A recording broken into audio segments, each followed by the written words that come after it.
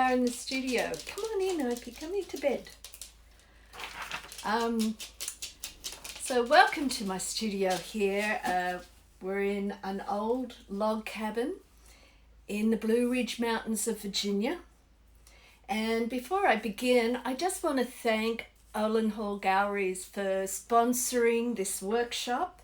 And I know that they have a few coming up in the future. This is new territory for me, teaching live.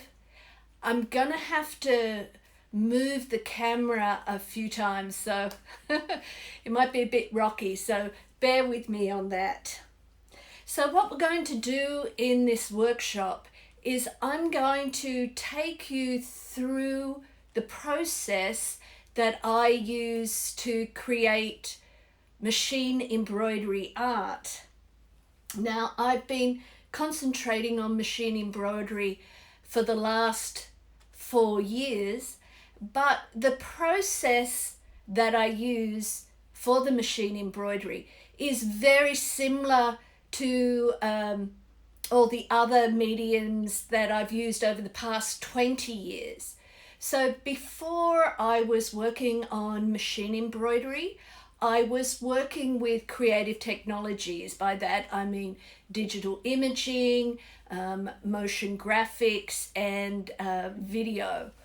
What you can see sort of right in the background up there is one of my digital images. It's a mandala, and that, you know, still has influence on the work that I'm doing now.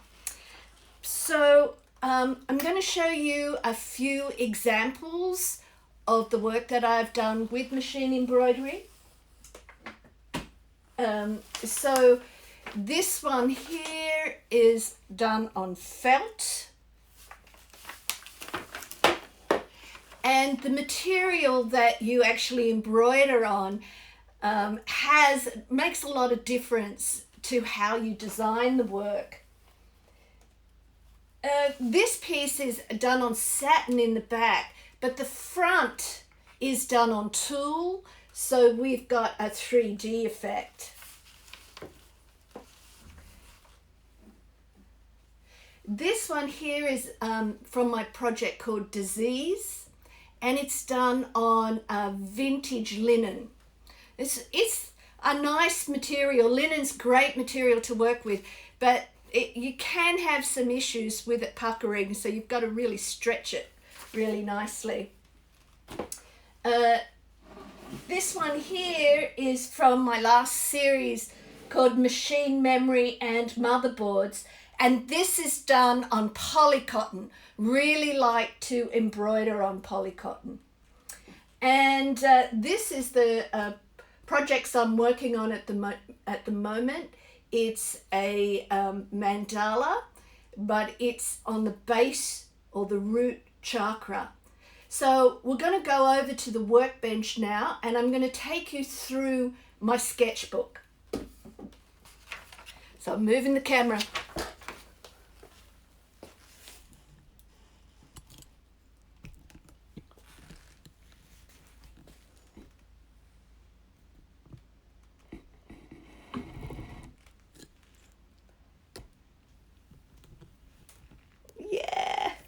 Little bit of shaking there, but you can see this sketch here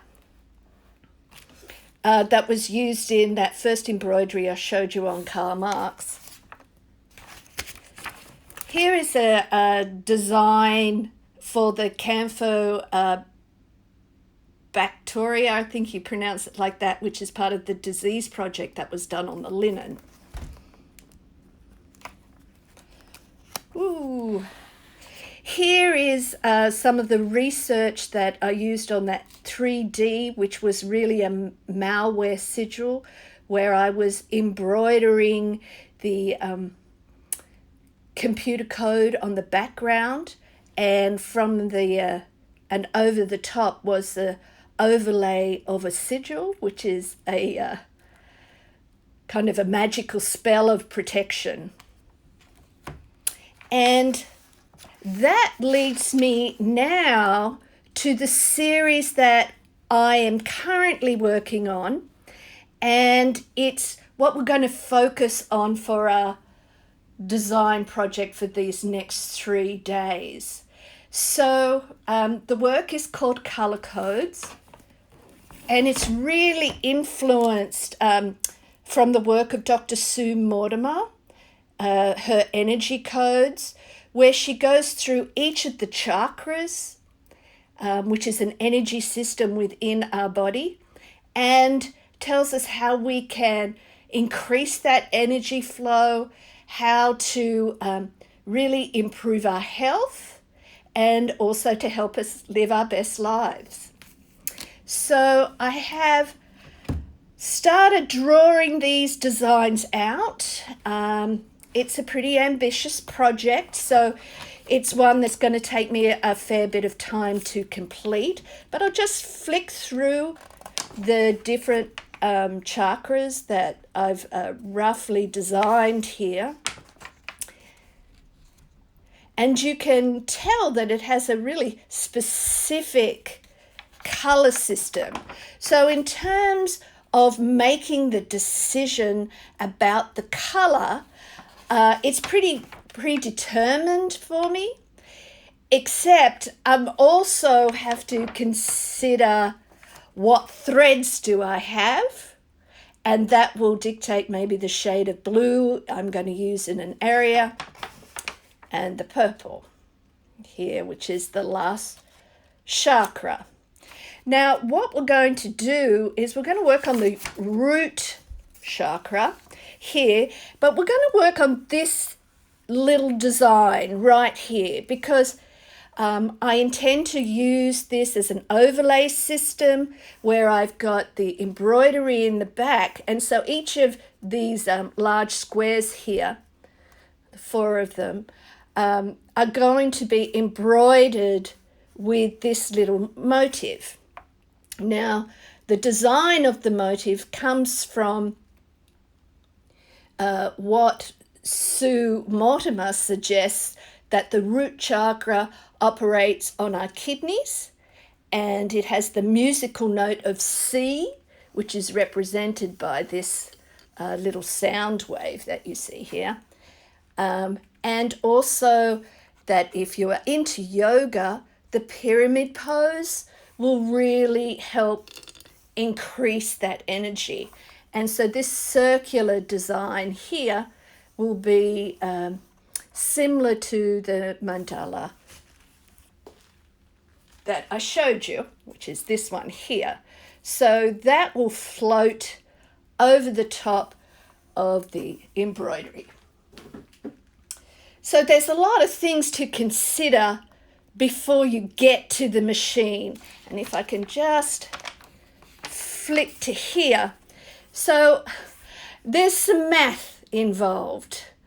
What I know is that I'm going to have to use the largest hoop on the machine, and I've got that large hoop here. So it's a pretty big hoop. But then I'm going to have to work out, okay, what is the size of each of those little squares? And I've got some tools to do that. And, oh, I just tucked that tool underneath here, so if I can just grab it. Oh, I have a really nice grid that lays over the inside the embroidery hoop, so I can get my spacing done. And I don't know whether you can see, but I've used highlighter. Yeah, I can, if I spend the time, I'll do the math, but I really like to see it visually. And on this grid, I can actually work out the size of the embroidery, which is really important because if we get it right, we can select the correct hoop. And so I did a little test the other day, and it fits nicely in this hoop. And so just to confuse you, we're working in centimeters. Usually I work in inches, and then I go back to centimeters because all the hoops are designed to use centimeters. So you can tell I'm from Australia, so it's not such a big deal. Oh, sorry, So these actual pieces are going to end up being 22 by 36. Okay, so we know that the colour is predetermined in this case, but if you get stuck with colour, I recommend you get a colour wheel. They're really, really helpful. So if I'm going to work with orange, I know that the complementary colour on this wheel is a tone of blue. I can see what tones go nicely with orange. So if you're having trouble with colour, I recommend you get a colour wheel. We've determined that the size is dictated to the size of the hoop. Now let's talk about line for a minute. And line for machine embroidery is stitching. So I'm going to think about the lines. Okay, so these lines here, I'm definitely going to use a nice running stitch, but I have a lot of negative space. So in that negative space, to make those shapes pop, we're going to use a different type of fill stitch. And once we get on the computer, I can show you how to do that. So now I'm going to move the camera one more time to in front of the computer, and it's just shut down. So bear with me, I'll start it up again and we will start the designing process. Okay, here we go. So I put it on a big monitor so that you can see it nice and clearly. I'm just going to come up. Hi, you can see me there. But once I turn back on my computer,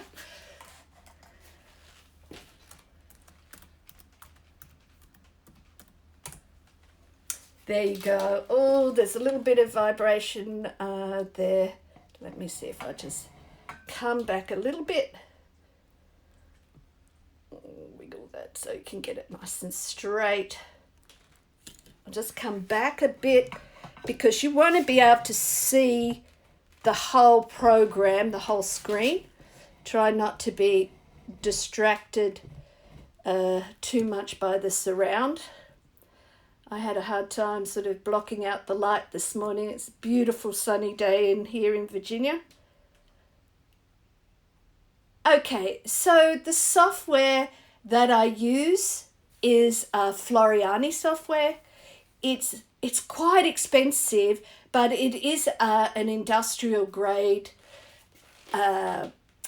design program. Once you buy it, all your upgrades are free. It's such a versatile program, so I really enjoy using it. So I'm just going to jump over here and let's begin. So here we are. I'm going to start a new document. And first of all, it's going to ask us, this relates to the machine format that we're using, and I use a brother machine, so I'm using this PES format. We say, okay, oh, don't misbehave. And okay, it's all well and good that we might be able to design from our memory, but I always use the computer as a creative tool, so I've loaded up some of my sketches so I can use that as a guide to my embroidery. So I click on that, I open it up. Now it comes out to 80 millimeters, which you might think, oh great, that's 8 centimeters, but no, it's 16 because it's 8 on either side. So I'm going to have to scale that down. I can give myself a little marker here. That's pretty spot on. Pretty spot on. So now I've got a little guide that I can do my design. So the first thing I'm going to do is I can use this tool to make an ellipse, or a rectangle is what we need. I'm going to do an actual square. So I'm going to hold down my shift button and I get a very nice square. But I want to check on my properties to make sure that it's the right size. So it's a little bit small. So if I can just get my mouse back, there we go. I can change that to 80 centimeters so I can be precise. Okay, so we know that we're working with a red color, so I'm going to go and select that straight away. We find a nice red. Oh, there you go, that's a nice red. So we've got our shapes here. I'm using a Singapore sunset red, very nice. Let's go ahead and copy that. Command C, Command V.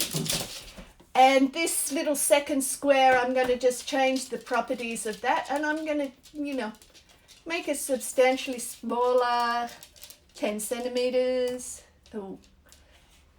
Oh, no, it needs to go a bit smaller still, so take it down to 60 millimeters.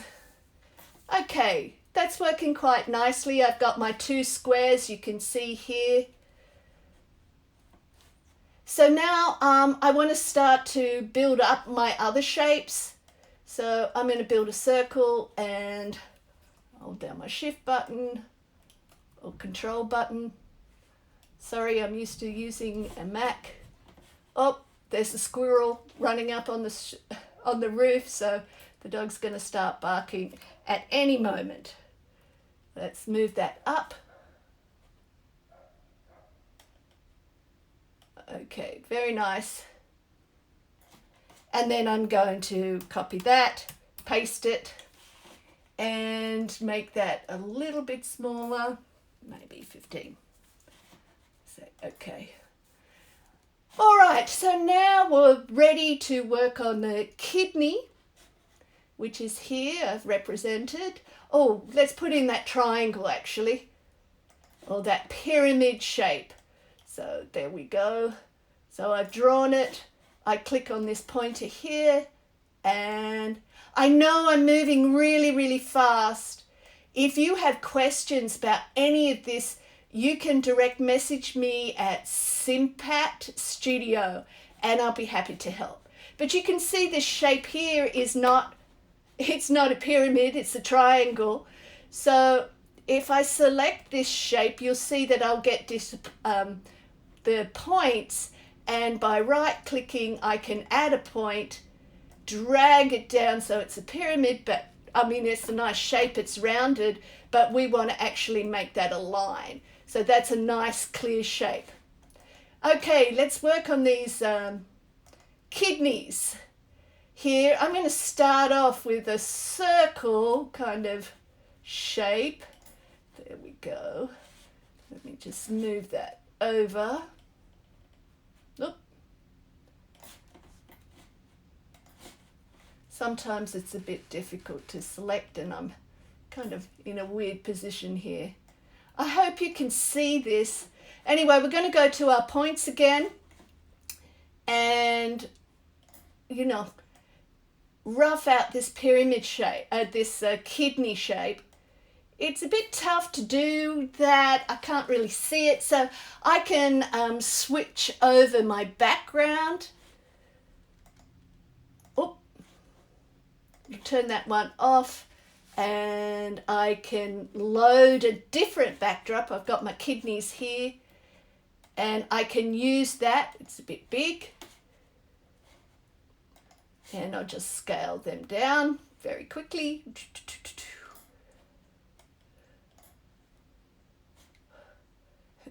I'll zoom back up again so you can see what I'm doing, otherwise it's a little bit tiny.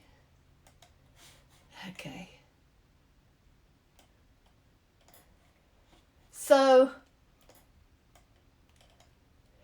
there you go, I can redesign this to be the kidney shape.